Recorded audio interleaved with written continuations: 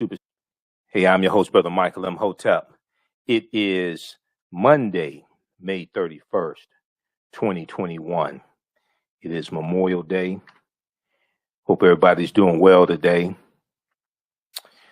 Well, it's a lot going on, and we know the commemoration, the 100th commemoration of the Tulsa Race Massacre is taking place now. I've been watching all the documentaries on it. I watched the 2-hour one on the History Channel. I watched it 3 times actually and recorded it. Also, I watched the one on CNN as well. It came on CNN Monday. So we're going to talk about that on Tuesday's show. All right. Originally, I was going to talk about it today, but I wanted to deal with the hidden African American origins of Memorial Day. And I was going to try to do this broadcast early in the day, and then deal with the Tulsa Race Massacre on today's show, but it didn't work out like that. So it's been a busy day. So we're going to talk about the hidden African American origin of Memorial Day, the hidden African American origin of Memorial Day. We'll deal with that today. And then on our Tuesday show, we'll deal with my thoughts on the Tulsa Race Massacre documentary on the History Channel. All right. So a lot of people have been seeing information about the hidden African American origins of Memorial Day going back to 1865, May 1st, 1865. So we're going to deal with some of that history. We're going to talk about also Decoration Day, May 30th, 1868. We'll deal with that as well. And we're going to deal with some Civil War history also. Okay. All right. So everybody share this broadcast on your social media platforms. Invite your friends to tune in as well. And I first found out about this information in about 2011. There was an article from thegrio.com that dealt with how African Americans actually celebrated the first Memorial Day. And oftentimes you have things like this that take place and we don't get any credit for them. And this is an example of that. But, over the past few years, more information has come out and it's talked about more, but still, I don't think we get as much credit as we should. All right. So on the African History Network show, we focus on educating, empowering, and inspiring people of African descent throughout the diaspora and around the world, because right now it's corrects wrong behavior. What you do for yourself, what you do to yourself, and what you allow other people to do to you and get away with is based upon what you think about yourself. What you think about yourself is based upon what you have been taught about yourself. What you've been taught about yourself is based upon everything you've read, heard, and seen about yourself. So when you control the radius of a man or woman's thoughts, you can control the circumference of his or her actions, because the mind can't do or teach what it doesn't know. Now, we deal with a number of different topics here on the African History Network show. We deal with current events in history, politics, education, economic empowerment, entrepreneurship, love, sex, health issues, relationships, and much, much more. Sign up for our email newsletter. Text the word Kemet, K-E-M-E-T, to 22828 to sign up for our email newsletter. Also visit our website, AfricanHistoryNetwork.com. And you can support the African History Network, $ the AHN show through Cash App, $ the AHN show through Cash App. Also through PayPal, paypal.me/the AHN show, paypal.me/the AHN show. And you can still register for the online course that I teach on Saturdays, 12 noon to 2 p.m. Eastern Standard Time, Ancient Kemet, the Moors, and the Ma'afa, Understanding the Transatlantic Slave Trade, what they didn't teach you in school, what we do with thousands of years of history. It's a 9-week online course that I teach. So visit AfricanHistoryNetwork.com. We'll post a link here also. Okay, so when we deal with the history of Memorial Day, right, it takes us back to the U.S. Civil War. Now, Memorial Day is an American holiday observed on the last Monday of May, honoring the men and women who died while serving in the U.S. military. Memorial Day 2021 fell on May 31st, the last Monday in May. Now, Memorial Day also marks the unofficial start of summer and is celebrated by cookouts, 3-day weekends, etc. Many people don't know that Memorial Day has its origins with African Americans at the end of the U.S. Civil War. Now, in 1966, the federal government declared Waterloo, New York, as the official birthplace of Memorial Day. This is before African Americans were getting any type of credit for having the first Memorial Day or the first Decoration Day. And this information really didn't surface until about 2011, okay, dealing with the African American influence. Now, so Waterloo, New York, which first celebrated Memorial Day, May 5th, 1866. Okay, May 5th, 1866 was chosen because it hosted an annual community-wide event during which businesses closed and residents decorated the graves of soldiers with flowers and flags. But even before that took place, even before then, the first Memorial Day celebration or the first Decoration Day was held by African Americans. Okay. And this was May 1st, 1865 in Charleston, South Carolina. May 1st, 1865 in Charleston, South Carolina. And this is based upon two reports that historian David Blight found, one in the New York Tribune and the other in the Charleston Courier. And the reports are that a crowd of 10,000 people, mostly freed slaves, former slaves, African Americans, with some white missionaries, staged a parade around a racetrack. It was a horse track. 3,000 African American school children carried bouquets of flowers and sang the song John Brown's Body. Okay, dealing with John Brown at Harper's Ferry, the white man that had an insurrection, John Brown, who wanted to free the slaves. Now, members of the famed 54th Massachusetts Regiment and other Black Union regiments were in attendance and performed double-time marches. African American ministers recited verses from the Bible also. I'm going to give you some background information on that story as well. Now, there were a few articles that I've seen over the past few years dealing with this history. I saw a lot of people circulating the one from Time Magazine. The one from Time Magazine actually came out in 2020. I read it when it came out. It is May 22nd, 2020. And it's the Overlooked Black History of Memorial Day. The Overlooked Black History of Memorial Day. Actually, they have a photograph of the 50th Regiment. Was it in here? The 50th Regiment? Okay, no, it's the one from history.com actually has a picture of the 54th Regiment. I'll show you that one. There's also one from history.com, the official website of the History Channel. One of the earliest Memorial Days was held by freed African Americans. One of the earliest Memorial Days was held by freed African Americans. And we'll flip over to this one also here. Okay. One of the earliest Memorial Day ceremonies was held by freed African Americans. At the close of the Civil War, people recently freed from enslavement in Charleston, South Carolina, honored fallen Union soldiers. And they have a picture in here of the Battle of Fort Wagner.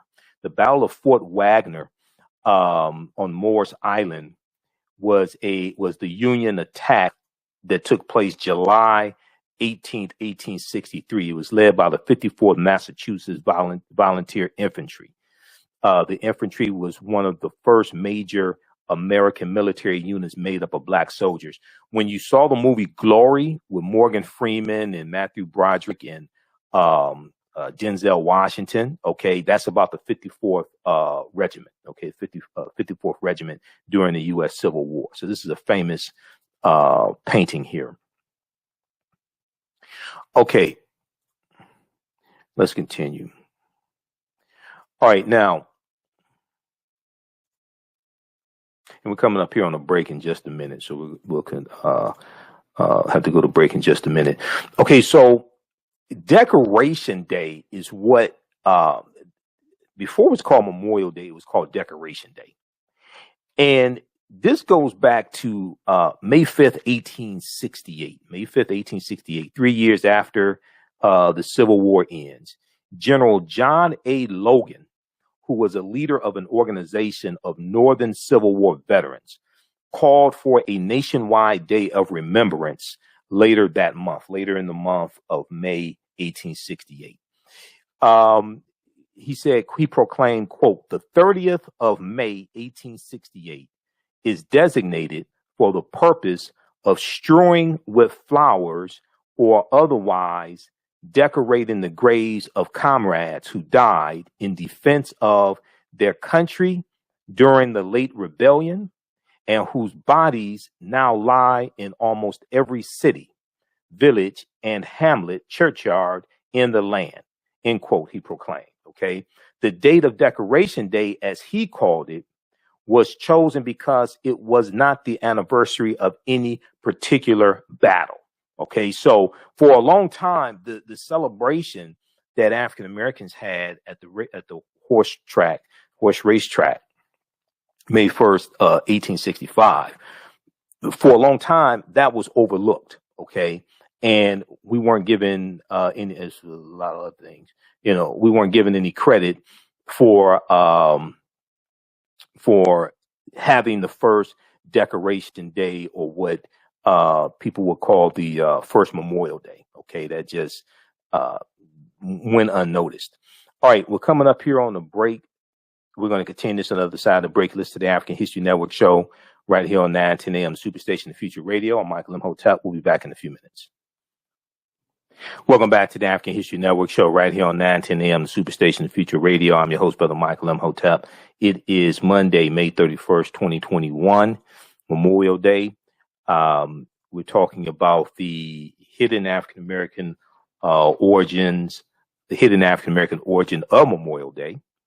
And this goes back to May 1st, 1865. You've heard me talk about this before. I know more people are talking about it now. I saw some social media posts, and people are circulating the information that actually comes from the Time magazine article called The Overlooked Black History of Memorial Day. That Time magazine article came out May 22nd, 2020. Okay. And I actually did a broadcast 2 years ago. It's on YouTube where we dealt with the African American origins of Memorial Day as well. All right. I want to go back to this article here. And the calling number is 313-778-7600. If you have a quick question or comment, 313-778-7600. I want to remind you, you can still register for the online course that I teach on Saturdays, 12 noon to 2 p.m. Eastern Standard Time, Ancient Kemet, the Moors, and the Ma'afa, Understanding the Transatlantic Slave Trade, what they didn't teach you in school. So we deal with thousands of years of history, and we deal with what led to the transatlantic slave trade taking place. It's a 9-week online course that I teach. When you scroll down the homepage of our website, you'll see the information for radio show. We're here 6 days a week, and you can listen to podcasts as well. You click right here. We have the information for the show. We have the flyer. Click right here to register here. It takes you to the next page. Click on enroll.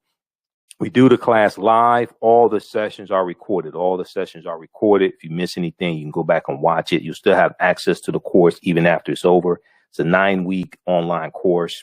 We deal with about 18 hours of teaching in total, 12 noon to 2 p.m. Eastern Standard Time. It's regularly $130. It's on sale now, $60 since we're about halfway through the course. As soon as you register, you can watch the class we just did this past Saturday. Also, you can watch the class where archaeologist Nubia Wardford did the presentation for our class dealing with the origin of ancient Kush and the African queens of antiquity. Okay, so we dealt with some ancient African history as well. All right, we're going to post a link here or visit our website, AfricanHistoryNetwork.com. ancient Kemet, the Moors, and the Ma'afa understand the transatlantic slave trade, what they didn't teach you in school. And the Ma'afa is a Kiswahili word, which means the great disaster, which refers to our Holocaust, the transatlantic slave trade. All right, I want to go back to, there's an article here from history.com called Memorial Day. And this deals with Memorial Day history.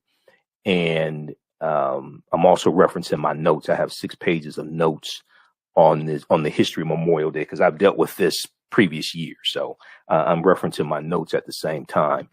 Right before the break, we talked about how on May 5th, 1868, General John A. Logan, leader of an organization for Northern Civil War veterans, called for a nationwide day of remembrance later that month, later May 1868. Now, this is just 3 years after the Civil War ended, and we're going to deal with some Civil War history also in just a minute to recap this, because you have to understand some Civil War history to understand what takes place during Reconstruction.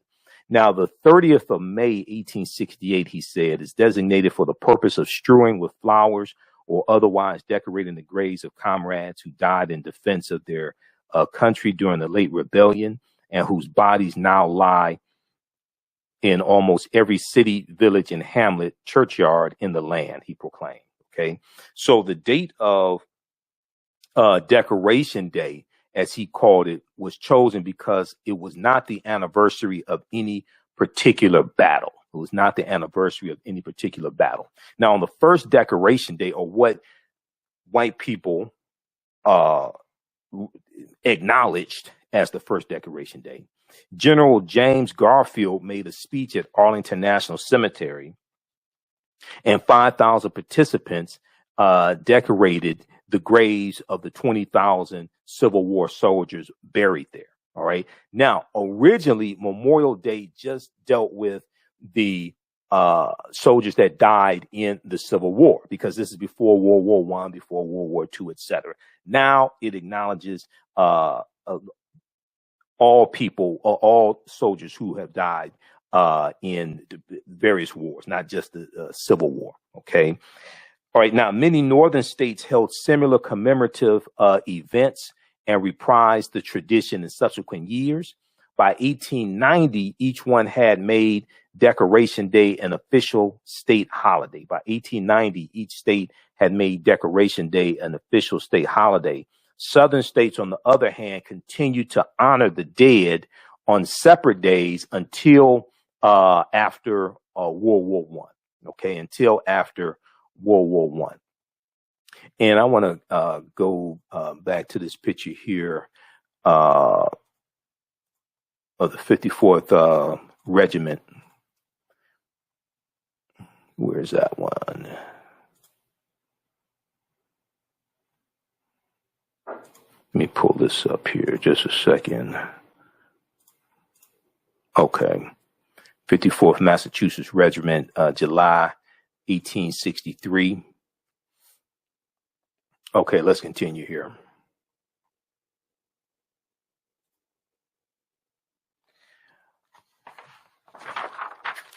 All right, so for decades, Memorial Day continued to be observed on May 30th. Okay, for decades, Memorial Day continued to be observed on May 30th, the date that General Logan had selected for the first Decoration Day. But in 1968, the U.S. Congress passed what's known as the Uniform Monday Holiday Act, the Uniform Monday Holiday Act, which established Memorial Day as the last Monday in May in order to create a 3-day weekend for federal employees. Okay, so this is how it goes from Memorial Day goes from being celebrated on May 30th to the last day in May. Okay, is known the U.S. Congress in 1968 passed what's known as the Uniform Monday Holiday Act.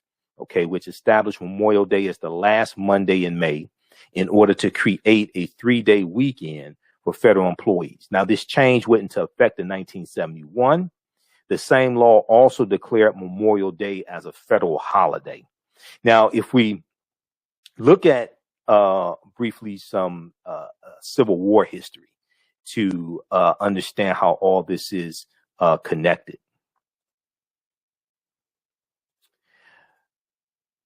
Rather, when we look at Abraham Lincoln becoming president-elect in early November, November 3rd, right about November 3rd, 1860. Okay, Abraham Lincoln becoming president-elect.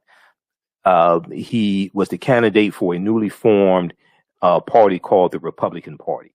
All right, the Republican Party was founded in 1854 by groups of abolitionists, and the Republican Party was founded as a result of what's known as the Kansas-Nebraska Act of 1854.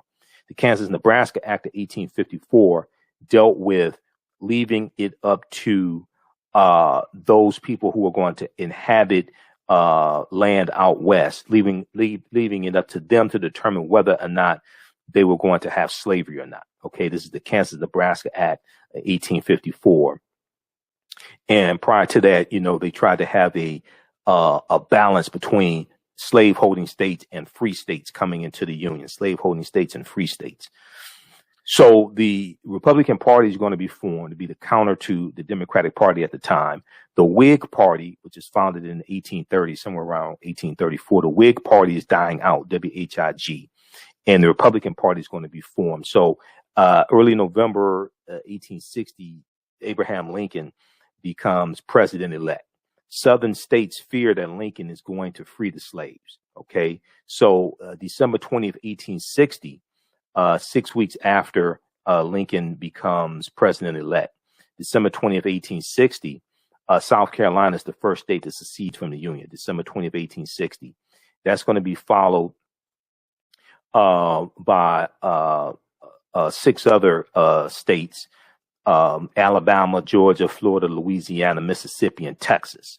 Okay, they're going to elect to secede from the Union, and they're going to form what's known as the Confederate States of America, the CSA, the Federal States of America. They formed this in February of 1861. Now, the Confederacy is going to elect Jefferson Davis, who was a former Secretary of War and a hero of the Mexican-American War of 1846 to 1848. And, I just did a couple weeks ago, we did a show dealing with the history of slavery and the Mexican-American War and showing the relationship between the Mexican-American War and slavery. And that's Mexican-American War is 1846 to 1848. And we know that the year before the Mexican-American War started, Texas was admitted into the Union as a slaveholding state. Okay. And so you have Texas being admitted into the Union as a slaveholding state. You have Texas winning their independence from Mexico in 1836. And also you have the Texas Rangers, who are going to start right about 1836. They're going to start as bounty hunters who are hired by slave owners in Texas to go into Mexico and capture runaway slaves, because a lot of enslaved Africans will run away to Mexico because Mexico is free territory. We talked about the Southern Underground Railroad going into Mexico. All right. So all this history, we have to understand the chronology of this history. You're going to have what's known as the Compromise of 1850, which comprised of 5 congressional bills. One of those bills dealt with the Fugitive Slave Act of 1850, which allowed authorities up north to deputize white people to hunt down runaway slaves run away from the South, even though the North was free territory. And they could capture them, take them back into, return them to their masters, take them back into the Southern territory. So because of the Fugitive Slave Act of 1850, and you see this depicted in the movie in the movie Harriet, the Fugitive Slave Act of 1850, because of that, that's going to cause more runaway slaves to go into Canada. And this is going to galvanize abolitionist forces again, even more so, the Fugitive Slave Act of 1850. Then you have Harriet Beecher Stowe, who writes the book Uncle Tom's Cabin in 1852, which is based upon the life of a runaway slave from Maryland named Josiah Henson. And Josiah Henson runs away with his family. They go into Canada. They run away on the Underground Railroad. They go into Canada. He becomes a Methodist minister and an educator and works on the Underground Railroad. Helps runaway slaves. He writes his autobiography. Harriet Beecher Stowe reads it, and she patterns the fictitious character of Uncle Tom after the real life man named Josiah Henson. All right. There's an episode of The Jeffersons that deals with the real Uncle Tom and Josiah Henson. And you have Louise Jefferson's cousin, I think it is, who's a butler. And he reads books in the white man he works for has a library in his home, and he reads books. And he schools George and Lionel on who the real Uncle Tom is. Okay, Josiah Henson. All right, so you have this taking place. That's 1852. The book Uncle Tom's Cabin comes out. It becomes an international bestseller. Sells 300,000 copies its first year. It exposes America to the real horrors of slavery, and it becomes banned in the state of Maryland. It becomes banned in the state of Maryland, where Josiah Henson is from. 1854, the Kansas-Nebraska Act of 1854 takes place. Later in 1854, also the Republican Party is going to be founded. All right, and then their candidate, November 1860, is going to win the presidency, Abraham Lincoln. Southern states think that Lincoln is going to free the slaves, so they start seceding from the Union. When you read their statements of secession, they tell you that slavery is essential to their way of life and essential to their wealth. Okay, so they're going to secede from the Union to maintain slavery and maintain their way of life and maintain their wealth. All right, they didn't do all this for states' rights. They did this for the right to maintain slavery, because they fear Lincoln is going to free their slaves, and they have billions of dollars invested in slaves. This is tied to their wealth. Okay, so let's continue here. So they're going to elect Jefferson Davis, white supremacist slave owner Jefferson Davis from Mississippi, as their president, okay, of the Confederacy. And they began organizing an independent government modeled after the U.S. Constitution, with caveats guaranteeing slavery. And on April 12th, 1861, at Fort Sumter in South Carolina, the Confederacy began fighting to assert its independence when Confederate troops fired on Fort Sumter in Charleston, South Carolina, the Charleston, South Carolina harbor. Now, soon after this, the states Arkansas, North Carolina, Tennessee, and Virginia are going to join the Confederacy as well. So in the Civil War, you're going to have 620,000 soldiers who are killed, approximately 2.4 million served. Somewhere around 186,000 or so. Some sources say 200,000 African Americans are going to serve in the U.S. Civil War as well. Okay, and if you read the article from, let's see, if we look at the one dealing with, which one is this? From the, okay, we look at the one, the earliest Memorial Day, dealing with African Americans, from history.com. You have that one. They have some good information in there. And then also, let's pull up the one from the other one from history.com dealing with the history of Memorial Day. Let me see. I think they have this in here as well. Just a sec. I want to pull this up.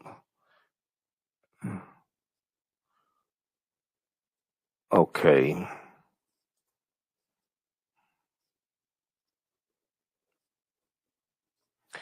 Let's see. Where is that? I want to see which article had that information in. Okay. If we look at the one from, just give you some sources, because I have a number of different sources. I'm referring to my notes, and I have a number of different sources here. If you look at the one from time.com, and I just got a subscription to Time because they kept telling me to subscribe. So I just got a 1-year subscription for $15.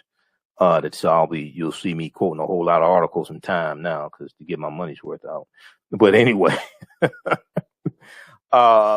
they talk about approximately 620,000 soldiers died in the U.S. Civil War, about 2/3 from disease, Okay. So read this article from time.com also, the overlooked Black history of Memorial Day. Now, this photo right here, this is a picture. Make sure this is up on the screen share. This photo right here,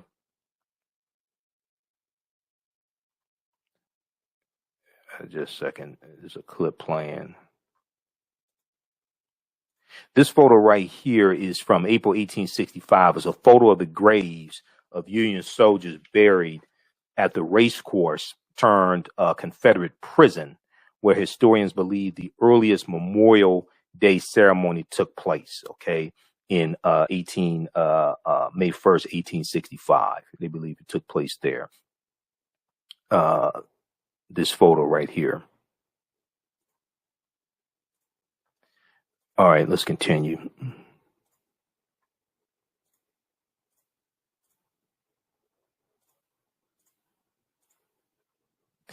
Okay, so I want to go back to my notes for this. So, yes, 620,000 killed in the U.S. Civil War, about 2.4 million served. And General Joseph E. Johnston handed over the last Confederate Army to General William T. Sherman near Durham, North Carolina on April 26, 1865. So the Civil War is coming to an end. Now, Harvard University, David Blight, historian from Yale University, was in a Harvard University library doing research for a book called Reunion and Race. And this was in about 1996, when he stumbled upon a box containing the paperwork of he stumbled upon a box containing the paperwork of a Union veterans organization and a folder labeled First Decoration Day. Now, this information found there led him to South Carolina's former Washington Racecourse and Jockey Club. Okay, Washington Racecourse and Jockey Club, which was a prestigious horse racing track that was turned into a prison for Union soldiers. All right, so the Confederacy is going to hold Union soldiers at this racetrack turned prison. Okay, and you're going to see this take place during the Civil War. They have to find places to hold prisoners. Okay, Union troops, Confederate troops, they have to find places to hold prisoners. So they have to have these makeshift prisons. All right. And then I want to flip over here to the article from history.com. One of the earliest Memorial Day ceremonies was held by free African Americans.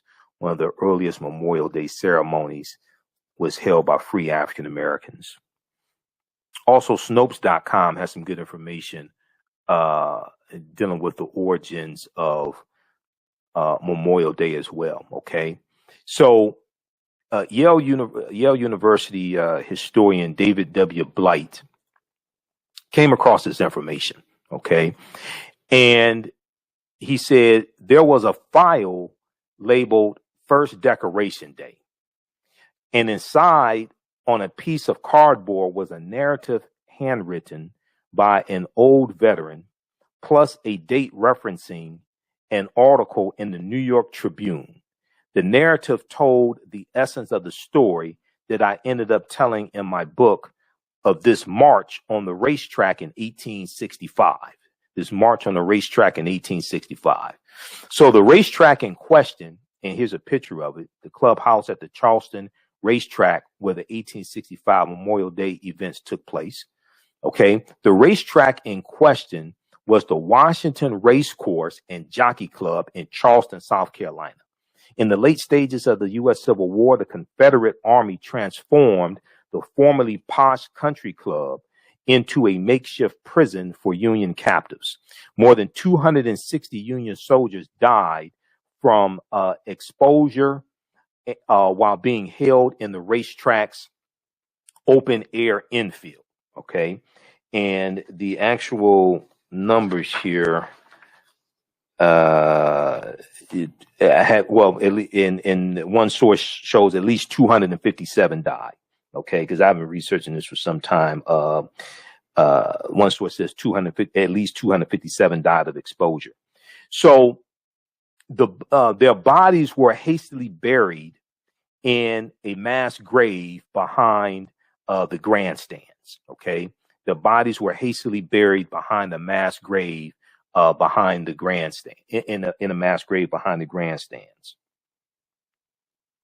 Now, some 28 African-American workmen went to the site, reburied the Union dead properly, and built a fence, built a high fence around the cemetery.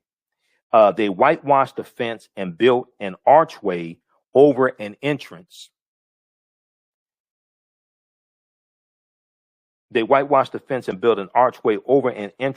which they inscribed the words "Martyrs of the Racecourse." Martyrs of the Racecourse. Then the African-American Charlestonians, in cooperation with white missionaries, teachers, staged an unforgettable parade of 10,000 people on the slaveholders' racecourse. Now, if you, and this account, David Blight found in two sources, the New York Tribune and the Charleston Courier, as we talked about at the beginning of this broadcast. If you go back and watch the broadcast I did earlier this month, dealing with the Kentucky Derby, and how African Americans were the first winners of the Kentucky Derby, Oliver Lewis, and we know we're in the Triple Crown season. Okay. So the Triple Crown, the three most coveted races in horse racing, the Triple Crown consists of the Kentucky Derby, the Preakness, and the Belmont Stakes. 9:10 a.m. the Superstation WFDF is going to air the Belmont Stakes on June 5th. Also, we'll go to the phone lines in just a minute here. They're going to air the Belmont Stakes on June 5th, and I'll bring up the actual information here. But those are the three coveted races in horse racing. And African Americans, we were winning all those races. We know the first Kentucky Derby was ran in 1875, and it was won by an African-American man who was 19 years old named Oliver Lewis. Okay. It was ran in May 1875. 9:10 a.m. Superstation WFDF is going to air the Belmont horse race on Saturday, June 5th, 2021, 5 p.m. to 7:18 p.m. 5 p.m. to 7:18 p.m. So you can listen on 9:10 a.m. Superstation WFDF. You can also download the iHeartRadio app and search for 9:10 a.m. Superstation WFDF. You can listen to the Belmont Stakes horse race.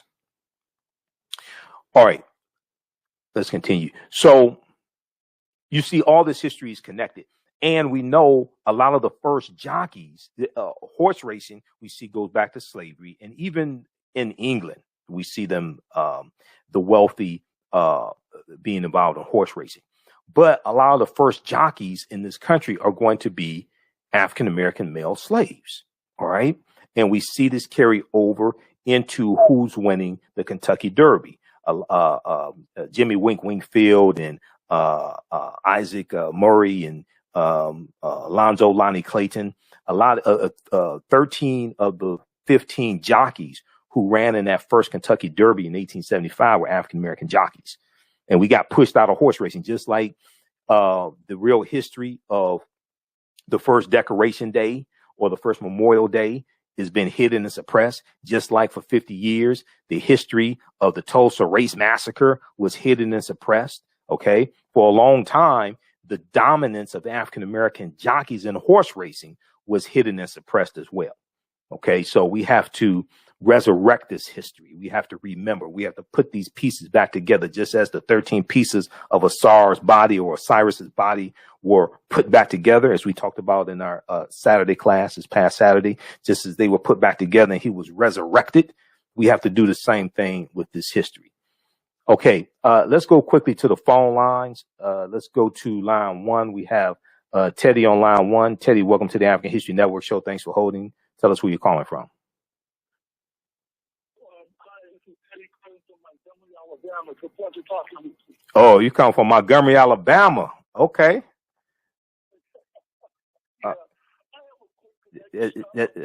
That's where the Montgomery bus boycott took place.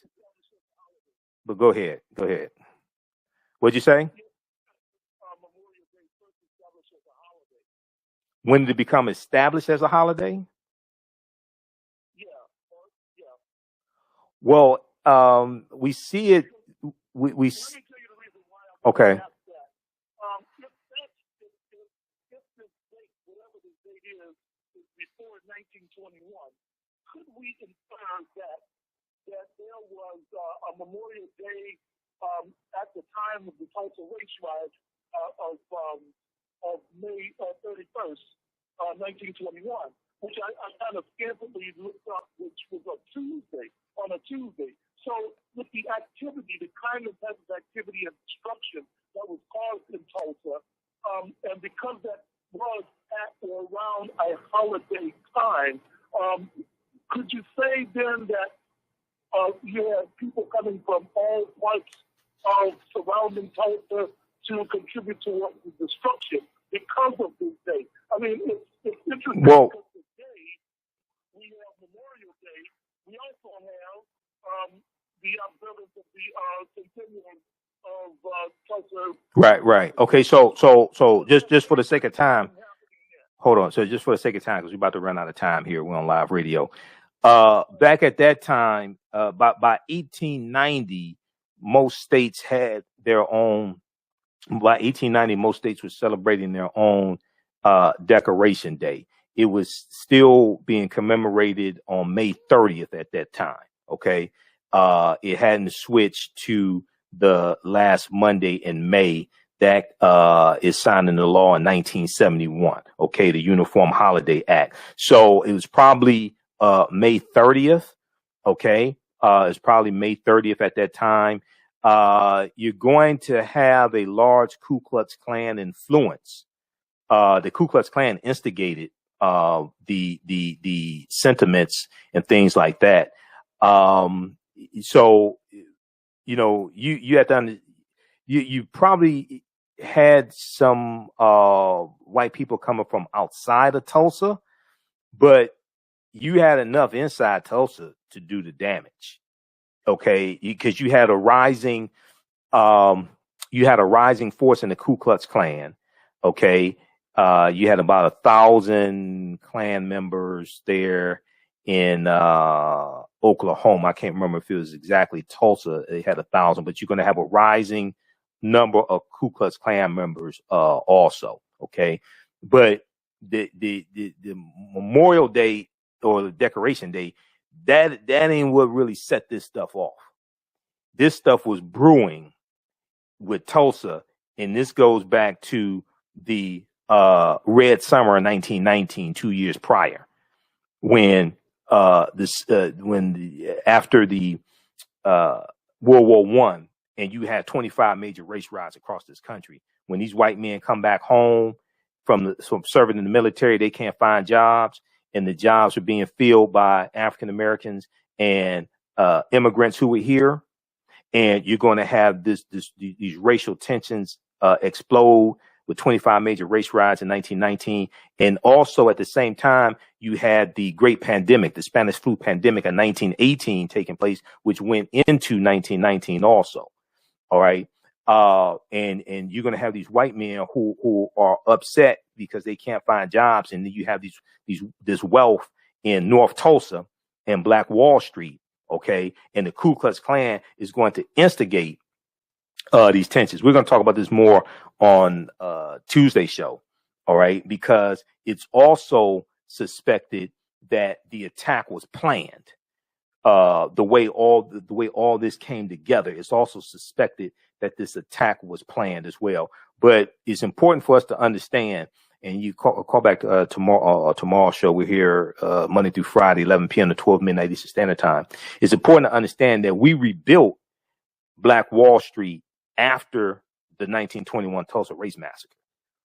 By 1926, it was thriving. Dr. W.B. Du Bois visits and writes about how it's thriving again. We rebuilt it. It's prosperous in the 1950s and 1960s. It's going to be the expressways that come through starting in about 1970.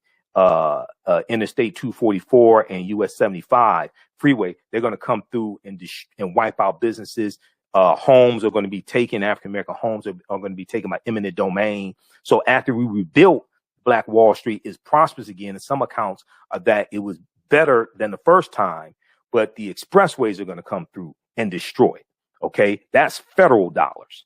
That's federal dollars. All right. Those watching on our Facebook fan page, The African History Network, The African History Network, and my YouTube channel, Michael M. Hotep, keep watching. We're going to keep broadcasting for a few more minutes. We're out of time here on 910 AM, the Superstation WFDF. Right now, it's correct wrong behavior. It's not over till we win. Wakanda forever. We'll talk to you tomorrow. Peace. All right, stand by. We're going to keep going. How's everybody doing? If you like this type of information, you can support the African History Network, $, the AHN Show through Cash App, $, the AHN Show through Cash App, also through PayPal, paypal.me/the AHN Show, paypal.me/the AHN Show. This helps us to keep broadcasting 6 days a week, keep doing the research, pay some of the bills, etc. All right. Also, I'll be in Atlanta, June 18th through the 20th for the Juneteenth Festival. Okay, the Juneteenth parade, Atlanta Parade and Music Festival at Centennial Park, 9th annual Juneteenth Festival, Centennial Olympic Park, Friday, June 18th through Sunday, June 20th. Okay, I'll be doing presentations there. I'm speaking Saturday and Sunday at the amphitheater, and I also have a vendor booth there as well. Okay, the Juneteenth Festival. So be sure to check me out there. Visit the website. JuneteenthATL.com. JuneteenthATL.com. And let me pull this up here.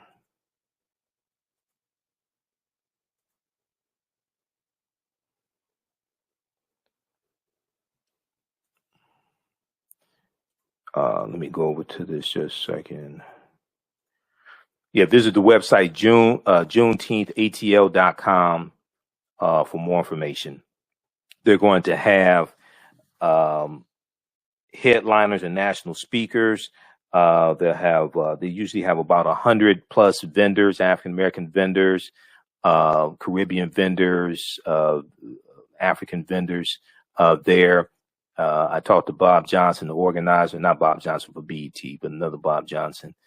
So he said Angie Stone is going to be performing again this year. So check that out. We'll post this information at our website, AfricanHistoryNetwork.com, AfricanHistoryNetwork.com. But you can visit that website, JuneteenthATL.com, JuneteenthATL.com for more information. All right, and it's also free. It's a free event, free and open to the public. Be sure to come out and support African-American vendors, African-American businesses. Also, and look out for the African History Network there as well. All right, let's continue. Okay, everybody share this broadcast on your social media platforms. Invite your friends to tune in.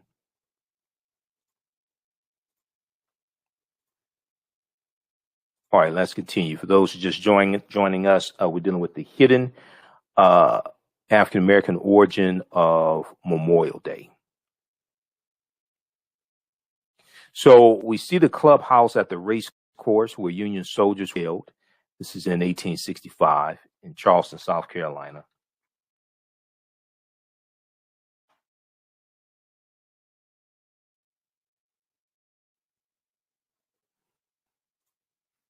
All right, let me bring this back up.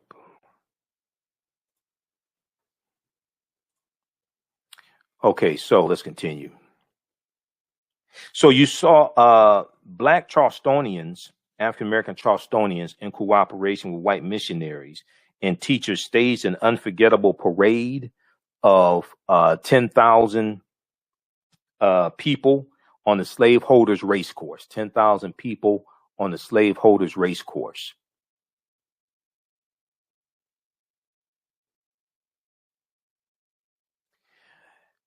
And you have to understand there was probably a great sense of pride for these African Americans to be able to do this on their former slaveholders race course, because the race course was a symbol of wealth of the aristocracy. It was a symbol of Southern wealth. Okay. And, during slavery, a lot of African American boys or young men were forced to be jockeys, and it can be something dangerous. You had, cases where they were killed, injured, being jockeys. Okay. So it's probably a great sense of pride for them to be able to have this march on a symbol of wealth that the white aristocracy had in the South. You also had 3,000 Black children who carried bouquets of flowers and sang John Brown's Body. Members of the famed 54th Massachusetts and other Black Union regiments were in attendance and performed double-time marches. Black ministers recited verses from the Bible as well. And I'm going to flip back over to this article here from history.com, which deals with one of the earliest Memorial Days, And then we see the Battle of Fort Wagner on Morris Island in the 54th Regiment. This is a Union attack, took place July 18th, 1863, led by the 54th Massachusetts Volunteer Infantry. Now, if the news reports are accurate, the 1865 gathering at the Charleston racetrack would be the earliest Memorial Day commemoration on record. Historian David Blight, excitedly called the Avery Institute of Afro-American History and Culture at the College of Charleston, looking for more information on the historic event. He said, "I've never heard of it, they told me," said David Blight. This never happened. But it was clear from the newspaper reports that a Memorial Day observance was organized by freed slaves in Charleston at least a year before other U.S. cities and 3 years before the first national observance.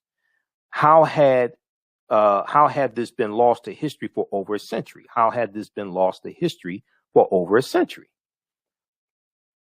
David Blight said this was a story that had really been suppressed both in the local memory and certainly the national memory. But nobody who had witnessed it could ever have forgotten it. Nobody who had witnessed it could ever have forgotten it.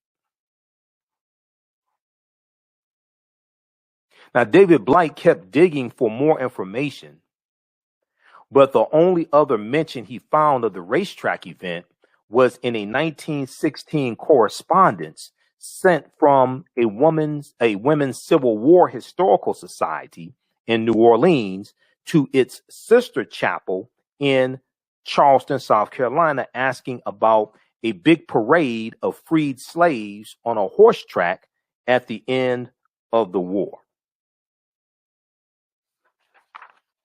Quote, "I regret that I was unable to gather any official information in answer to this," wrote the Charleston Society's president. "I regret that I was unable to gather any official information in answer to this." Now, David Blight said that's such a telling statement. The woman who wrote the letter may not have known about it, but the fact that she didn't tells the story. Okay, so there appears to be a concerted effort to suppress this history. It appears there was a concerted effort to suppress this history. Now, I'm referring to my notes here because I have 6 pages of notes, and I'm citing different sources. So after 50 years after the Civil War ended, someone at the United Daughters of the Confederacy asked the Ladies Memorial Association of Charleston to confirm that May 1st, 1865 tribute occurred, and received a reply from S.C. Beckwith, the initials S.C. Beckwith. Quote, I regret that I was unable to gather any official information in answer to this, end quote. So this is who responded to David Blight, okay? S.C. Beckwith. Now, whether Beckwith actually knew about the tribute or not, David Blight argues the exchange illustrates, quote, how white Charlestonians suppressed from memory this founding, end quote. And let me, okay, I think that's from the Time magazine article. Hold on, just bear with me because I have like 4 or 5 different sources. I have 6 pages of notes, and it's typed up. Okay, I have 6 pages of notes dealing with this history. So I want to go to the actual citation for this to show you this here. So just bear with me here for a minute. This would be down here. This is from this article from Time magazine, and this would be S.C. Beckwith right here. Okay, let's go to this because I like to be precise with the history as much as possible. But since I have the citation in front of me, I want to go actually to it. Okay, right here. About 50 years after the Civil War ended, this is from the Time magazine article entitled The Overlooked Black History of Memorial Day. The Overlooked Black History of Memorial Day. About 50 years after the Civil War ended, someone at the United Daughters of the Confederacy asked the Ladies Memorial Association of Charleston, South Carolina, to confirm that the May 1st, 1865 tribute occurred, and received a reply from one S.C. Beckwith. S.C. Beckwith. Quote, I regret that I was unable to gather any official information in answer to this, end quote. Now, whether S.C. Beckwith actually knew about the tribute or not, David Blight, historian David Blight from Yale University, argues the exchange illustrates, quote, how white Charlestonians suppressed from memory this founding. How white Charlestonians suppressed from memory this founding.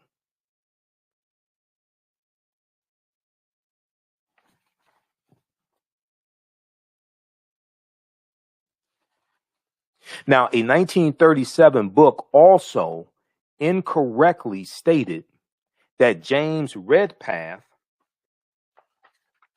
single-handedly organized the tribute when it really was a group effort. So it appears, they're just jacking the history and just giving one white man credit for what many African Americans did. A 1937 book also incorrectly stated that James Redpath single-handedly organized the tribute when it was really a group effort, and that it took place on May 30th, when they said it took place on May 30th, but it actually took place on May 1st, 1865, and what African Americans organized. Okay. Now, that book also diminished the role of the African Americans involved by referring to them as, quote, black hands, which only knew that the dead they were honoring had raised them from a condition of servitude.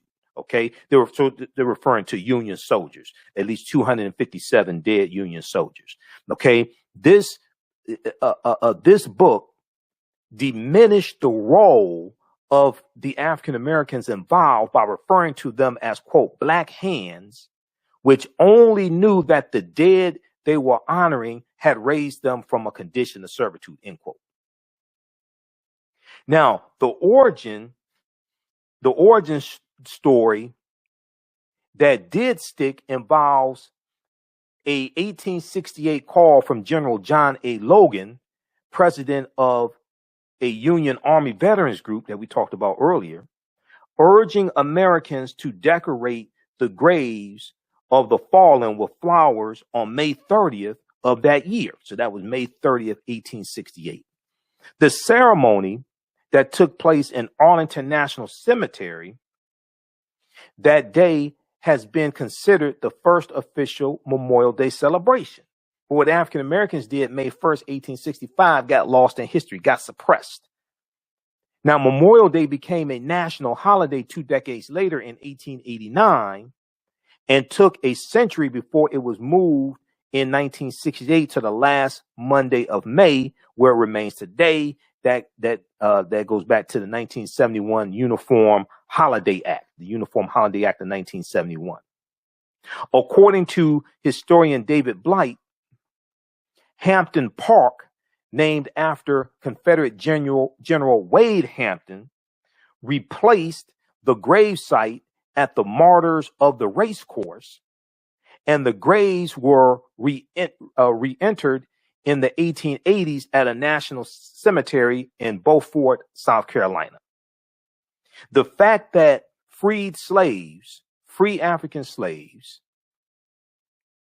Memorial Day tribute is not as well remembered is emblematic of the struggle that would follow as African Americans fight to be fully recognized for their contributions to American society continues to this day. The fact that the freed slaves Memorial Day tribute is not as well remembered is emblematic of the struggle that would follow as African Americans fight to be fully recognized for their contributions to American society continues today.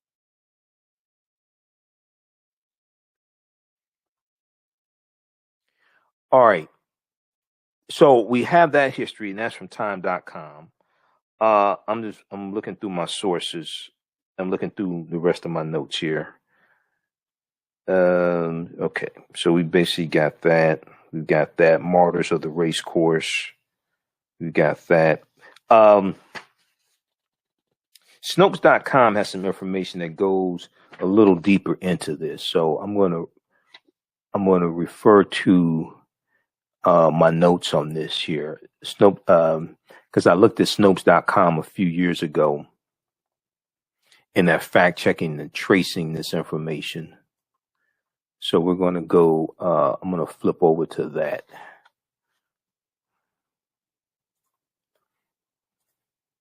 So just a second here.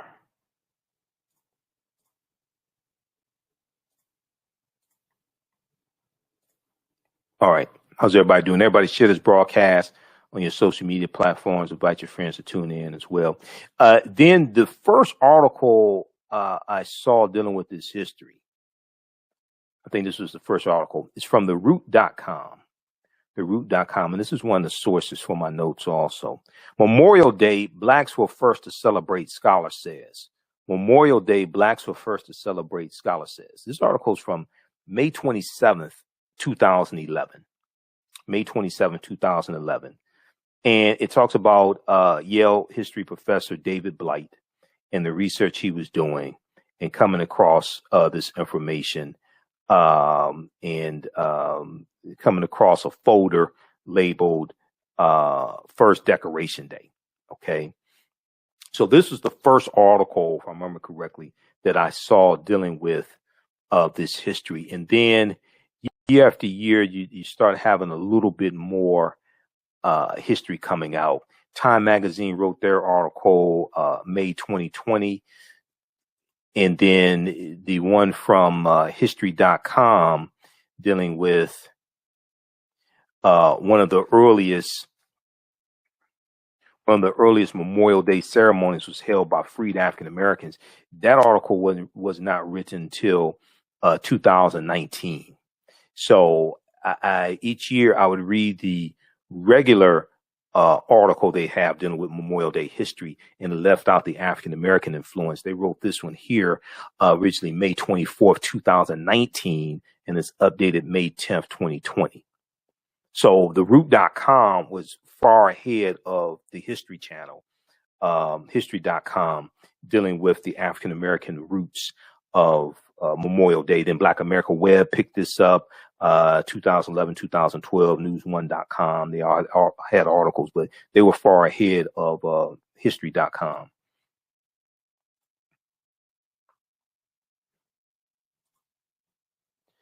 Okay, let me flip back over here to my notes for just a second.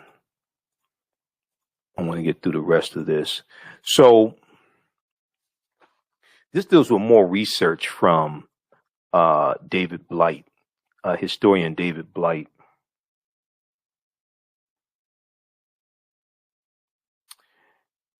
Let's see here. So this deals with the first Decoration Day, May 1st, 1865 in South Carolina. African Americans founded Decoration Day at a graveyard of 257 Union soldiers labeled Martyrs of the Racecourse, May 1st, 1865 in Charleston, South Carolina. The first Decoration Day, as this event came to be recognized in some circles in the North, involved an estimated 10,000 people, most of them former slaves. During April of 1865, 28 African American men from one of the local churches built a suitable enclosure for the burial ground at the racecourse. In some 10 days, they constructed a fence 10 feet high, enclosing the burial ground, and landscaped the graves into neat rows. And I want to go back to that picture of the photo of the graves. And I think we have it. That's the racetrack. The article from Time magazine shows the graves here.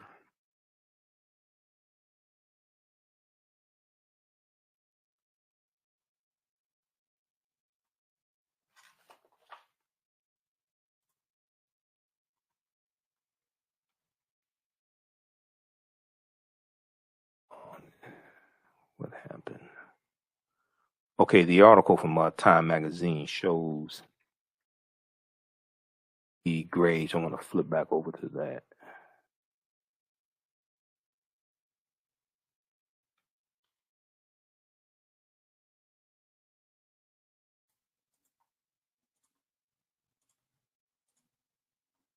Okay.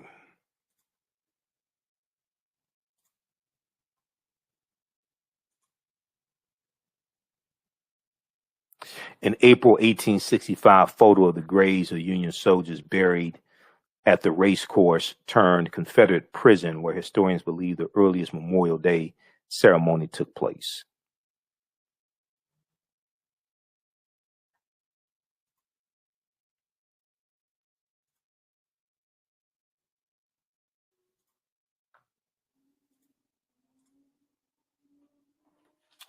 All right, so during April 1865, 28 African American men from one of the local churches built a suitable enclosure for the burial ground at the racecourse. In some 10 days, they constructed a fence 10 feet high enclosing the burial ground and landscaped the graves into neat rows. They landscaped the graves into neat rows. The wooden fence was whitewashed and an archway was built over the gate to the enclosure. On the arch, painted in black letters, the workmen inscribed Martyrs of the Racecourse. Martyrs of the Racecourse.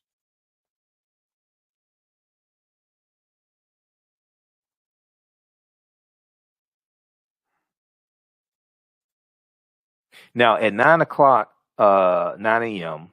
in the morning on May 1st, 1865, the procession to this special cemetery began as 3,000 African American school children newly enrolled in freedmen's schools, the freedmen's schools organized by the Freedmen Bureau, the U.S. Bureau of Freedmen, Refugees, and Abandoned Lands.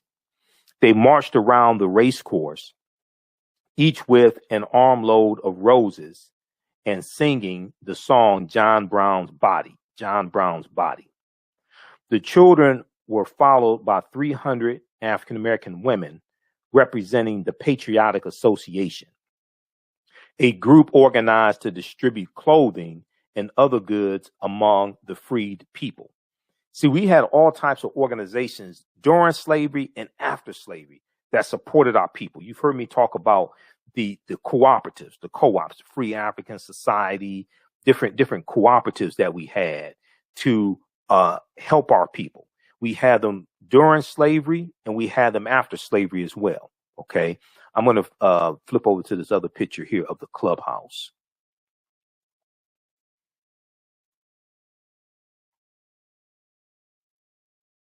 Let's go to this one here. Okay, so this is the clubhouse at the race course where Union soldiers were held prisoners. Okay, this is the course house at the racetrack, the clubhouse at the racetrack, I should say.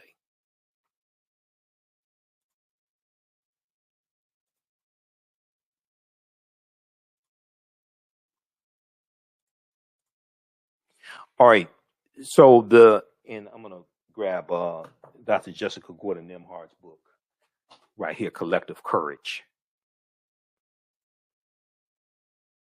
because this ties into the information of her book, Collective Courage, A History of African American Cooperative Economic Thought and Practice, Collective Courage by Dr. Jessica Gordon Nembhard, which deals with the history of these co-ops that we have, cooperative economics. Cooperative economics does not mean capitalism dressed up in red, black, and green. That's not cooperative economics. Okay, I'm not attacking capitalism. I'm just saying. See, one of the problems is that when you go study, even in Black Wall Street, the Greenwood District, we had cooperatives. We had cooperatives all throughout our history. Whether you're talking about the Colored Merchants Association, founded in about 1928, coming out of the National Negro Business League, founded by Booker T. Washington in about 1900. Whether you talk about the Colored Farmers Union, 1886 in Texas, it grew to have about 1.2 million members. Whether you talk about the Free African Society, going back to 1787, all these different cooperatives that we had, we were raising money to bury people. We were raising money during slavery. You had cooperatives that would raise money to buy people out of slavery, to buy people's freedoms, buy people's freedom. In the cooperatives, a lot of these organizations we formed, the members were part owners. One of the most popular type of cooperative is a credit union. In a credit union, the members who have accounts, bank accounts, things like this, credit union accounts, they're also part owners of the credit union. Okay. And one of the things that happened was that African Americans went to white business schools or went to business schools, possibly at a HBCU that taught white business principles. And we basically learned white capitalism, not cooperative economics. And then we brought these white business principles back to the African American community to try to implement them. They may work for you and your family, but they don't have the real benefit that the cooperatives had historically. That concept of the cooperatives are concepts we brought with us to this country from Africa. Those are African concepts. And when you break up the cooperatives, you break up the cooperation.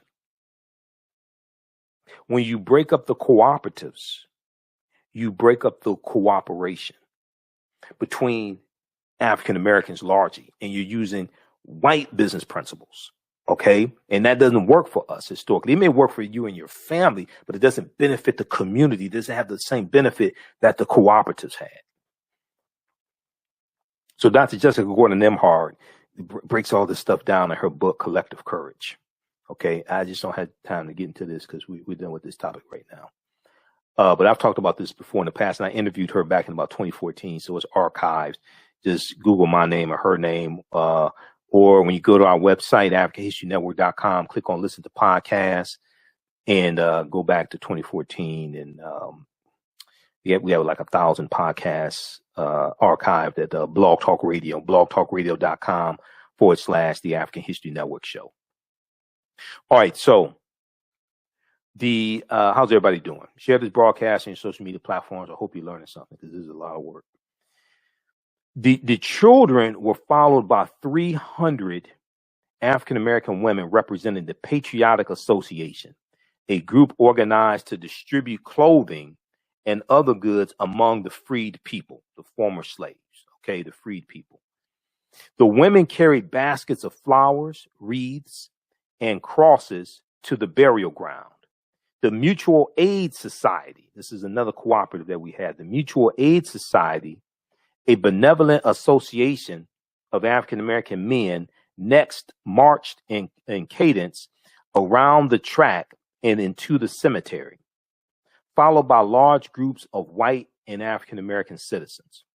All dropped their spring blossoms on the graves in a scene recorded by a newspaper correspondent who said, when all had left, the holy mounds, the tops, the sides, and the spaces between them were one mass of flowers. Not a speck of earth could be seen. And as the breeze wafted the sweet perfumes from them outside and beyond, there were few eyes among those who knew the meaning of the ceremony that were not dim with tears of joy. There were few eyes among those who knew the meaning of the ceremony that were not dim with tears of joy, end quote. Okay, this was a account from a newspaper correspondent who was there. While the adults marched around the graves, the children were gathered in a nearby grove where they sang America, the song America, and also We'll Rally Around the Flag. And they sang the Star Spangled Banner. They probably ain't know a white supremacist named Francis Scott Key wrote it in 1814. They probably didn't know that during the War of 1812, but okay, I understand. You newly freed and you just happy. I trust me, I'm not beating up on them. I understand. Okay. The official dedication ceremony was conducted by the ministers of all the African-American churches in Charleston, South Carolina, with prayer, the reading of biblical passages, and the singing of spirituals. African-American Charlestonians gave birth to an American tradition. African-American Charlestonians gave birth to an American tradition. In so doing, they declared the meaning of the war in the most public way possible by their labor, their work, the Civil War, the U.S. Civil War. They declared the meaning of the U.S. Civil War in the most public way possible. Their labor, their words, their songs, and their solemn parade of roses, lilacs, and marching feet on the old Planters race course.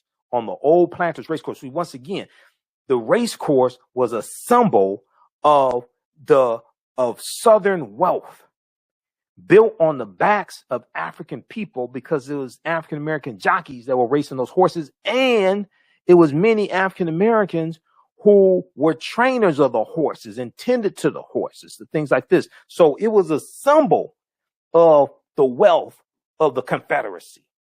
Okay, so I can imagine the pride that they had to be able to march on the race course that was a symbol of the aristocracy, a symbol of the Confederacy, and this also symbolizing the defeat of the Confederacy as well, the defeat of their former slave masters.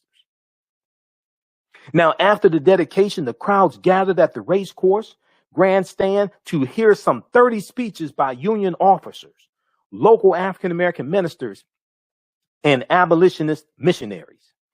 Picnics, where they say picnics, outings, cookouts ensued around the grounds, and in the afternoon, a full brigade of Union infantry, included colored troops, marched in double column around the martyrs' graves and held a drill on the infield of the race course. The war was over, and Memorial Day had been founded by African Americans in a ritual of remembrance and consecration. In a ritual of remembrance and consecration. I want to bring up this picture here of African American Union soldiers.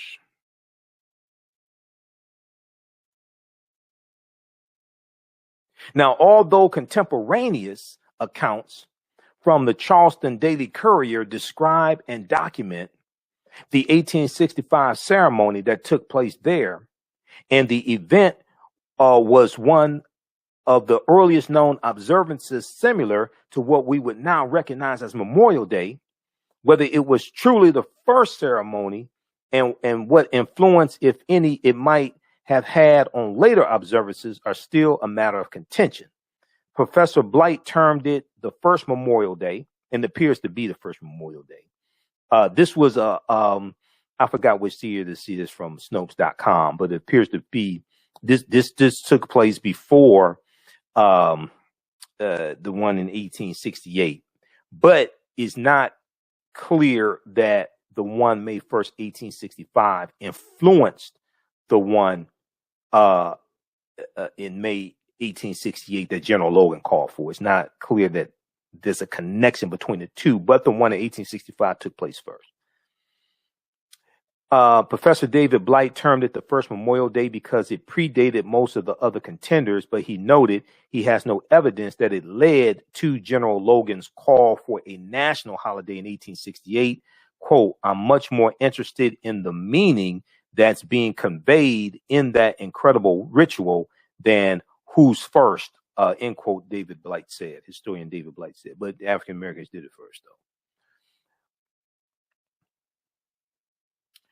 Okay. Now, when we look at the evolution of Memorial Day as Decoration Day gradually came to be known, originally honored only those who lost their lives while fighting in the Civil War.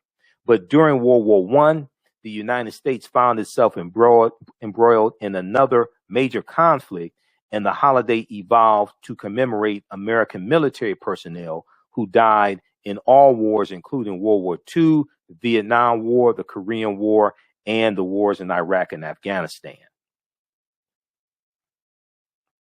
For decades, Memorial Day continued to be observed on May 30th, the date that General Logan had selected for the first Decoration Day. But as I said, in 1968, Congress passed what's known as the Uniform Monday Holiday Act, which established Memorial Day as the last Monday in May in order to create a 3-day weekend for federal employees. The change went into effect in 1971. The same law also declared Memorial Day as a federal holiday.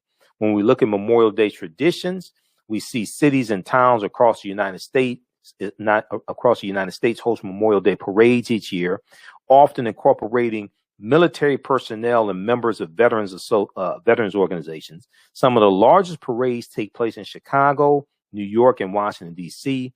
Americans also observe Memorial Day by visiting cemeteries and memorials. On a less somber note, many people throw parties and barbecues on the holiday, perhaps because it unofficially marks the beginning of summer. And we know a lot of people were traveling this weekend. I was at the cemetery today to visit the grave sites of my aunt and my uncle, who passed away the past few years. So that is a history of the hidden African-American origins of Memorial Day, the hidden African-American origin of Memorial Day. All right, so there's something else that we created that we only recently started getting credit for. But this ties it to how this history is suppressed as well. We saw the history of the Tulsa Race Massacre was suppressed for at least 50 years. People were threatened for trying to do research. The white Tulsa newspaper for decades did not write about it. Okay, so this is why this history is so important. You know, people's history and culture teaches them how to deal with the problems of the past, in the present, and the future to meet the needs of the community. And we also know historical events don't take place in a vacuum. They are the culmination of a sequence of events that take place that lead up to a larger event happening as well. All right, be sure to register for the online course that I teach on Saturdays, Ancient Kemet, the Moors, and the Ma'afa, Understanding the Transatlantic Slave Trade, what they didn't teach you in school. Ancient Kemet, the Moors, and the Ma'afa, Understanding the Transatlantic Slave Trade, what they didn't teach you in school. It's a 9-week online course that I teach. We deal with thousands of years of history, and we deal with what led up to the transatlantic slave trade taking place. I do the class live. All the sessions are recorded, so you can go back and watch it over and over again. If you miss anything, you still have access to the course even after the course is over. So we do it Saturdays, 12 noon to 2 p.m. Eastern Standard Time. We just posted a link here. You can register for it as soon as so when you scroll down our website, you'll see the information here for the online course. Click here to register here. It's on sale, $60, regularly $130, so it's like 54% off. Click right here to enroll. As soon as you enroll, you can start watching the course content. You can watch this past Saturday's class also. And you can watch the class that we did with Sister Nubia Wardford, who's an archaeologist. We dealt with the origins of ancient Kush and African queens of antiquity. We dealt with that a couple Saturdays ago. So I do a PowerPoint presentation. We have book references, articles, video clips. It's a ton of information. Okay. You don't have to buy any of these books to follow along in class, but you can, if you want to get them for your personal library, that's fine. Also at our website, AfricanHistoryNetwork.com, we have the DVD lecture and digital download of my 2.5-hour lecture I've done dealing with the history of Black Wall Street. I did this in 2014, Black Wall Street from Destruction to the Resurrection of Economic Empowerment. Black Wall Street from Destruction to the Resurrection of Economic Empowerment. It's a 2.5-hour lecture I've done dealing with the history of Black Wall Street in Tulsa, Oklahoma. I deal with a timeline of history also leading up to the attack in 1921. And I deal with the founding of Tulsa, Creek Indians, about 1854, because this ties into the history of the Indian Removal Act of 1830 and the Dawes Allotment Act of 1887 and the Black Freedmen Indian Treaties of 1866. All this history is connected. Okay. So I'm going to post a link here. We have that on sale as well. And then all my lectures are available at our website, AfricanHistoryNetwork.com, AfricanHistoryNetwork.com. We have bundle packs also. This is Black Wall Street from Destruction to the Resurrection of Economic Empowerment. Like I said before, we rebuilt Black Wall Street after the 1921 massacre, but the expressways are going to come through and destroy it really for good. So it used to have like 35, 36 blocks of businesses. Now you have one block of Black-owned businesses. That's what's left there in Greenwood. Also, we have the 15 DVD bundle pack of my lectures, the Michael M. Hotep Black History Month DVD bundle pack. And you click right here, order here. It takes you to the next page. It's not loading properly. Here we go. And it shows you what's in the bundle pack. I have 3 of my lectures dealing with the film Black Panther, which is a deep movie and incorporates a lot of African culture and language and spiritual systems. We have a presentation I did dealing with the history of Black History Month, African American History Month, breaking the chains while we celebrate Black History Month. I have one dealing with Malcolm X, why is he still relevant 50 years later. One dealing with the distortion of Dr. King's legacy, presentation on the 3/5 Compromise of 1787. and the history of the Electoral College and how it works, the racist history of the white national anthem and the Pledge of Allegiance, a double lecture that I did with Dr. David Imhotep, author of the book The First Americans Were Africans, Documented Evidence. We did a double lecture here in Detroit back in 2013. So you get that as well. So there's a ton of information here. Also, you get Great African Women in History, the Mothers of Civilization. Great African Women in History, the Mothers of Civilization. So I deal with some well-known and not so well-known African women in our history from all different time periods. This one right here is a really, really good presentation. African American resistance in the era of Donald Trump, voter suppression, reparations, and how elections have consequences. I deal with so much in that presentation. Also, this one here, Ancient Kemet, the winter solstice, and the history of Christmas. So I deal with the pre-Christian origins of Christmas. It takes us back to ancient Kemet, ancient Egypt. We deal with the winter solstice festivals that took place on or around December 25th. Also, so that's a 3-hour presentation dealing with the history of Christmas.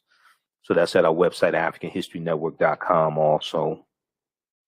And then this 6 DVD bundle pack, Black Migration 1619 and 2019. We have this in a DVD and digital download format. So this one, I deal with the history of Juneteenth, the real history of Juneteenth. That's a 3-hour presentation. Also, we have Black Migration 1619 to 2019. Black Migration 1619 to 2019. We deal with that 400th year anniversary of 1619. I deal with the Red Summer 1919. There's a lot of information there. This presentation here, African Americans, ancient Africans in America before Native Americans, Columbus, or slavery. And let me see which one. Let's go back here. You can probably see it better. Then there's a 3-hour presentation that deals with the little known history of why African Americans switched from the Republican Party to the Democratic Party.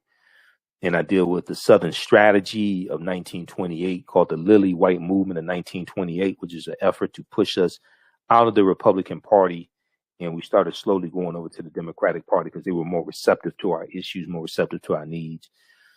So a lot of people don't know about the Lily White Movement in 1920. They think we switched over because of the Civil Rights Act of 64 and the Voting Rights Act of 65. 2/3 of African Americans had already switched over to the Democratic Party by 1960. 2/3 of us had already switched over. Okay. And so I deal with that history. That's a 3-hour presentation. This one here deals with when Black men dominated horse racing and how organized effort forced them out. This deals with the history of African American jockeys and how we used to dominate horse racing, win Kentucky derbies and things like this. And this one here, 6 principles of political self-defense, understanding how public policies and laws affect the economic conditions of African Americans. That's a deep presentation. There are actually 2 lectures on that. There are 2 lectures that you'll get there. Okay, so we posted that here, Black Migration 1619 to 2019. We have that in DVD format and digital download format. That's at AfricanHistoryNetwork.com. I have like 40 of my lectures there. Okay, and a lot of them we have in digital download format also. Okay, we got this one, Ancient Kemet, the Winter Solstice, and the History of Christmas. So this is all at AfricanHistoryNetwork.com, our website. Let me see, what was that? And and we're going to post this one here. This deals with I posted Black Migrations, and this is the 15 DVD bundle pack also here.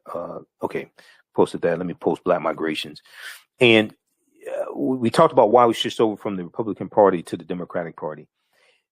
A lot of people are commenting on the post that I did a couple of days ago dealing with Malcolm X's speech, the Ballot of the Bullet. And let's see, let's pull this up here. Okay. as I've said before, Malcolm delivered the Ballot of the Bullet 3 times that I know of. March 29th, 1964, and April 3rd, 1964, and April 4th, 1964. April 3rd, 1964, Corey Methodist Baptist Church in Cleveland, Ohio. And April 4th, 1964, in Detroit, King Solomon's Baptist Church in Detroit. A lot of people quote Malcolm. I hear people quote the speech, but they haven't read the entire speech. And you have to study the trajectory of Malcolm's life to really understand the speech also, and what was taking place at that time as well. Read all 3 versions of it. But the first one, March 29th, 1964, in Washington Heights, New York, that may be one of the most important ones right there. And then you have to read Malcolm's speech, By Any Means Necessary, June 28th, 1964. And that's after he comes back from Mecca. The Ballot of the Bullet was before he went to Mecca. Okay, it's late March 64, and it's right after he officially separates from the Nation of Islam. He officially separates from the Nation of Islam March 8th, 1964. Okay. If we look at this here, I'm going to pull this up. We'll look at this briefly, then we have to get out of here. Number one, in the speech, Malcolm X uses the term African Americans. So, for some reason, people think that Reverend Jesse Jackson invented the term African American, which he did not. And I've said that before. I'm going to flip over here to this post that I did. You also have to read the book Martin Malcolm in America, A Dream or a Nightmare by James H. Cone to really, really understand this. Okay, so I did this post. It's actually early Monday morning, 12:30 a.m. Monday morning, May 31st. And some of you all saw this post that I did. Let me see. It's got 427 likes so far.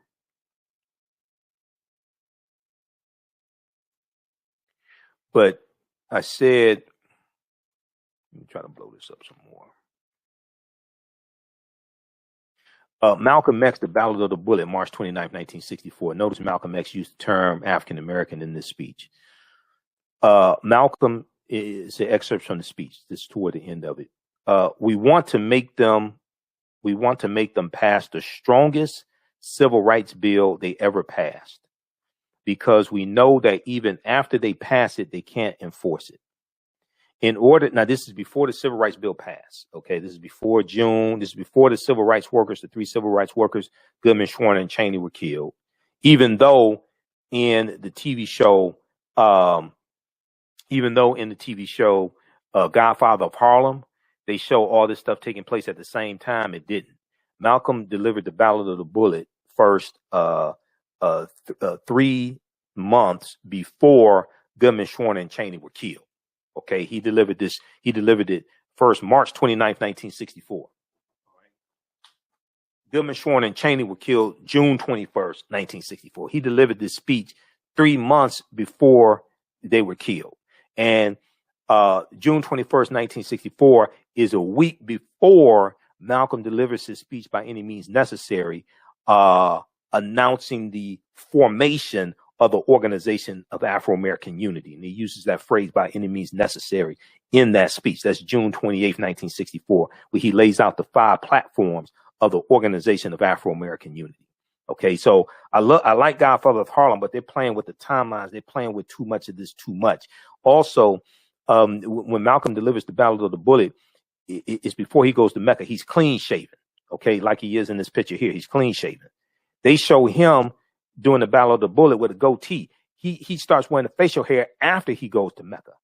He leaves from Mecca late April 64. So this little things, if you're a historian, you can see little inaccuracies, historical inaccuracies in what they're doing, and they're conflating timelines together. But anyway, hopefully it'll cause people to start doing like historical research. Yeah, too much creative license. So in the speech, Malcolm says we want to make them pass the strongest civil rights bill they ever passed, because we know that even after they pass it, they can't enforce it. Now, here Malcolm's talking about registering people to vote and organize. If anybody tells you Malcolm was against voting, they're a damn lie. They haven't studied Malcolm. Malcolm was not against voting. He's talking about voting strategically and pushing your issues and getting something tangible for your vote. Malcolm was not against voting. Okay, and this is Malcolm after he leaves the nation, when he can freely speak for himself. In order to do this, Malcolm goes on to say, in order to do this, we're starting a voters registration drive. We have to get everybody in Harlem registered, not as a Democrat or Republicans, but registered as independents. We're going to organize a core of brothers and sisters who after this city is mapped out. We're going to organize a core of brothers and sisters who, after this city is mapped out, they won't leave one apartment house door not knocked on. There won't be a door in Harlem that will not have been knocked on to see that whatever black face lives behind that door is registered to vote by a certain time this year. And actually, we can go over to, I have the text of the speech pulled up. We can flip over to that. Well, let me see. Hold on. Let me see what I have here. I think I signed this. Okay. Malcolm X Ballot of the Bullets. Okay. But we can flip over to the text of the speech.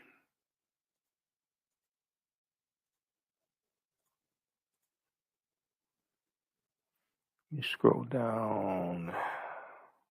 Last two paragraphs.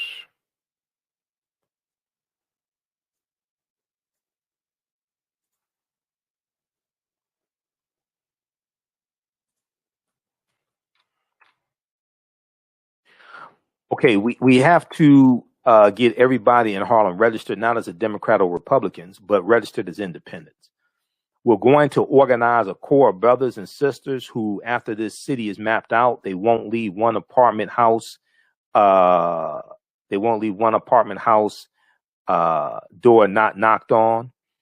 There won't be a door in Harlem that will not have been knocked on to see that whatever black face lives behind that door is registered to vote by a certain time this year. Nobody will have an excuse not to be registered. We'll ask him to let us see your card. If you don't have the sense of responsibility to get registered, we'll move you out of town. It's going to be the ballot or the bullet. This is March 29th, 1964. Okay, you can read the text of the speech here. This is at VLIB.us. You can just search for Malcolm X Ballot of the Bullet, March 29th, 1964. It'll come up. Okay, you can read the text of the speech. Also on YouTube, they have 5 minutes of the speech from March 29th, 1964. At the beginning of the speech, Malcolm used the term African Americans. This is what I'm trying to explain. I don't know where people got this, that Jesse Jackson created the term African American or invented the term African American. He reintroduced the term African American. We've talked about that before. Earliest recorded usage of the term African American dates back to May 15, 1782 in Philadelphia, Pennsylvania. New York Times has articles dealing with this.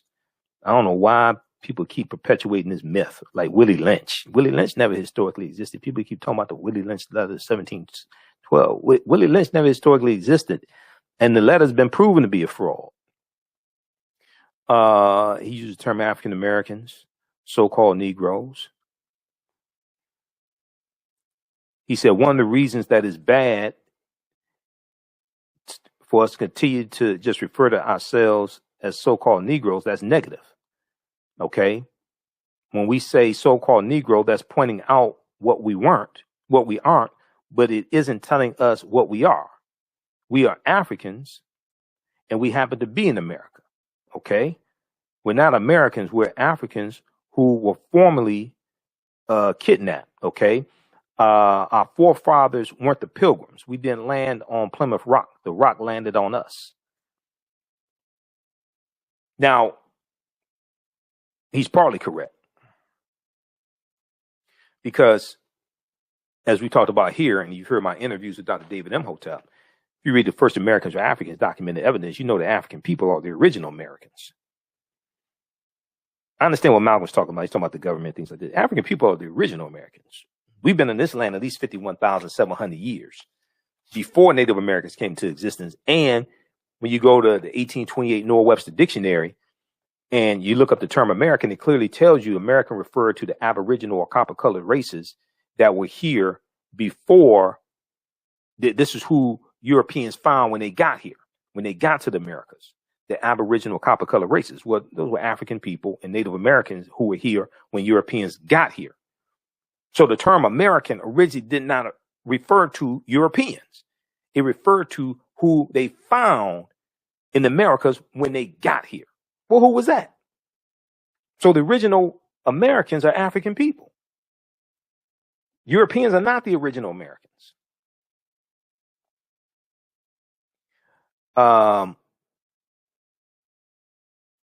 Let's go to this here.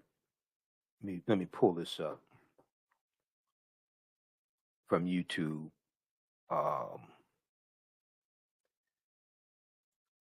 Facebook may flag me, hopefully not, but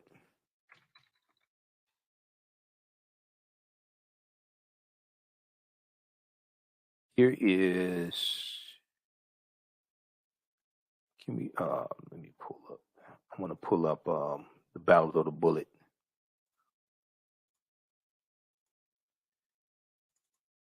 Because I found it on YouTube. It's about 5 minutes I found on YouTube. I was looking at it today.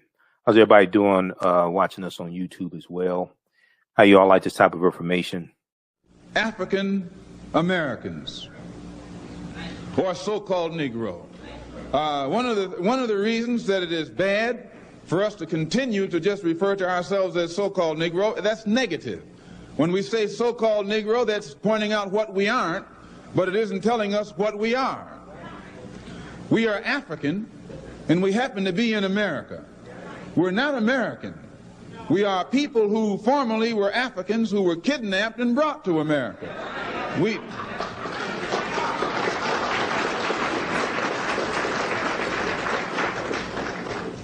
Our forefathers weren't the Pilgrims. We didn't land on Plymouth Rock. The rock was landed on us.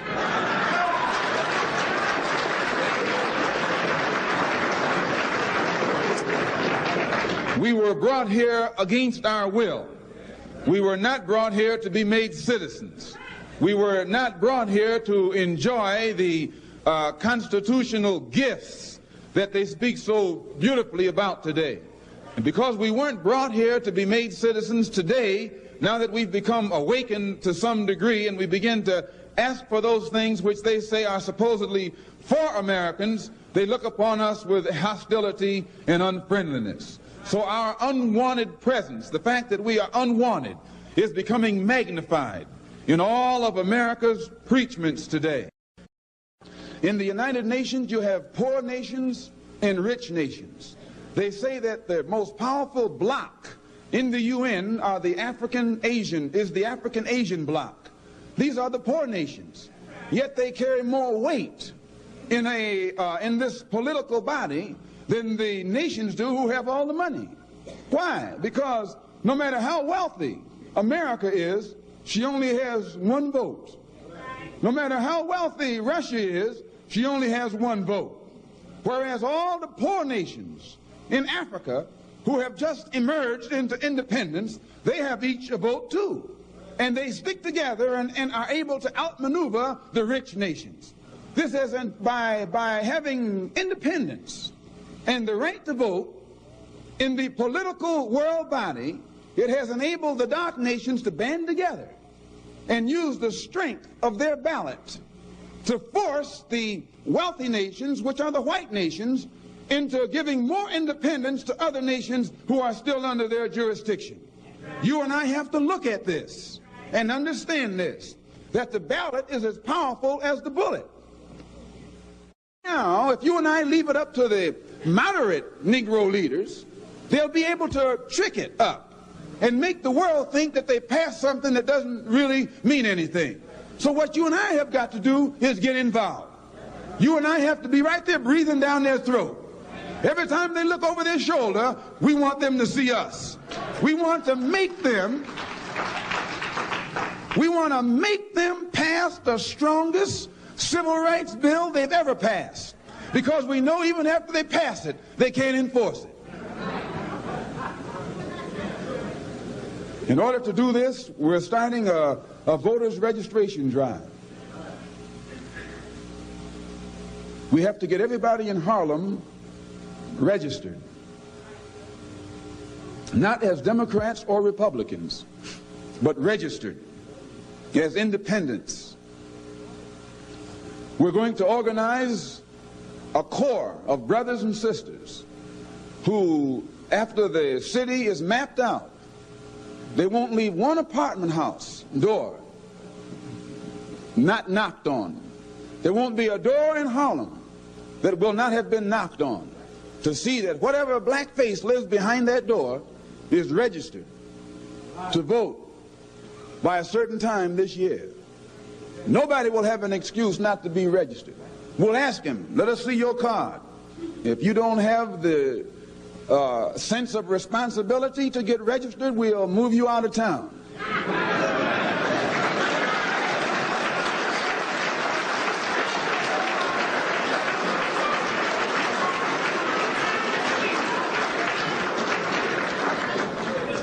It's going to be the ballot or the bullet. After we get our people registered, we can then organize that voting strength and channel it in the direction that will get immediate results for the benefit of our people. We can sweep our enemies right out of office, but we will not be able to do it sitting around talking about select and elect your own candidates. All right. So that's an excerpt of the Ballot of the Bullet. There's a partial transcript there that I was showing you. Malcolm was talking about people have to study Malcolm. You can't just study Malcolm in the Nation of Islam. You can't just look at excerpts of speeches. You have to really read Malcolm's speeches. You got to read this book here by James H. Cone, Martin Malcolm in America, A Dream or a Nightmare. And James H. Cone shows how, and James H. Cone is known as the father of black liberation theology. He shows how toward the end of Dr. King's life and Malcolm X's life, their ideologies are converging. You study Malcolm, you study Dr. King, 66, 67, and 68. Okay. And Dr. King was always a revolutionary. Dr. King used to own guns until they got arrested and convinced him to get rid of his guns. Dr. King tried to get a concealed pistol license in 1956 in Montgomery, Alabama. All right. People don't read. Okay. This is why you got to read, this nonviolent stuff to get you killed, how guns made the civil rights movement possible, by Professor Charles E. Cobb Jr. Hold on, I just had that book. You got to read Dr. King's books. Dr. King wrote 5 books. I'm listening to what people are saying about Dr. King. I can tell they never read any of his books, probably never read any of his papers, any of the King's papers, anything like that. Where do we go from here? Chaos or Community? He wrote this in 1967. This is his last book. Okay. Where do we go from here? Chaos or Community? Then this one here from, where's that Malcolm X speech? Hold on. I had books arranged for the class on Saturday. This is, this nonviolent stuff that gets you killed, how guns made the civil rights movement possible. This is by Professor Charles E. Cobb Jr., which deals with how civil rights leaders own guns and how it was Negroes with guns protecting civil rights workers and protecting civil rights workers protesting and things like this. OK, if it had not been for Negroes with guns, there would not have been a civil rights movement. They talk about Reverend Fred Shuttlesworth owning guns. They deal with Fannie Lou Hamer, Rosa Parks' husband, Raymond Parks, owned guns. All different types of things like this. Is a whole history dealing with how guns made the civil rights movement possible. It was ostensibly nonviolent on the surface, but it was Negroes with guns that made the civil rights movement possible. It was Negroes with guns that made the civil rights movement possible. Then this one right here, Malcolm X Speaks, edited with prefatory notes by George Breitman. This one right here. This has a lot of speeches from Malcolm. Majority of them are after he leaves the Nation of Islam. Now, the version of the Ballot of the Bullet they have here is from April 3rd, 1964 at Corey Methodist Church in Cleveland, Ohio. But that's good. That's good as well. He uses the term African American in April 3rd, 64 as well. This is before he goes to Mecca also. So you have to study the trajectory of Malcolm's life. Okay, it's the same thing with Dr. King. People try to hold Malcolm in suspended animation like Captain America. Same thing they do with Dr. King. They try to hold Dr. King in suspended animation August 28th, 1963, the March on Washington. And don't even understand the speech that was originally called Normalcy Never Again. Then the speech was called A Canceled Check. And it's later, years later, going to be called I Have a Dream. That's not what the name of the speech was when he delivered it. And the speech is about dismantling white supremacy and dismantling white supremacy and racism and holding America accountable for a promissory note that they gave us 100 years prior in 1863 with the Emancipation Proclamation. Then when we take that promissory note to the bank, the deposit is marked insufficient funds. So we've got to do this research. I'll talk about some of this in Atlanta at the Juneteenth Festival. I'm speaking there on Saturday, June 19th and Sunday, June 20th. Juneteenth Festival. Visit Juneteenth, JuneteenthATL.com, JuneteenthATL.com. All right. Look, we have to get out of here. You can support the African History Network, $, the AHN Show through Cash App, $, the AHN Show through Cash App, also through PayPal, paypal.me/the AHN Show, paypal.me/the AHN Show. When you do it through Cash App, be sure to type in $, the AHN Show, SHOW. Okay. And be sure to type in $, the AHN Show, SHOW. Sure to type in all the characters, and it'll say Michael, and it'll show my picture there. Okay, because like I said before, somebody set up a fake African History Network Cash App account that's similar to mine. I've already reported them. I'm waiting on Cash App to follow up and shut them down. And then also through PayPal, paypal.me/the AHN Show, paypal.me/the AHN Show. And be sure to register for the online course that I teach on Saturdays, 12 noon to 2 p.m. Eastern Standard Time. Ancient Kemet, the Moors, and the Ma'afa, understanding the transatlantic slave trade, what they didn't teach you in school. We have that at our website, AfricanHistoryNetwork.com. Okay, so we appreciate the support.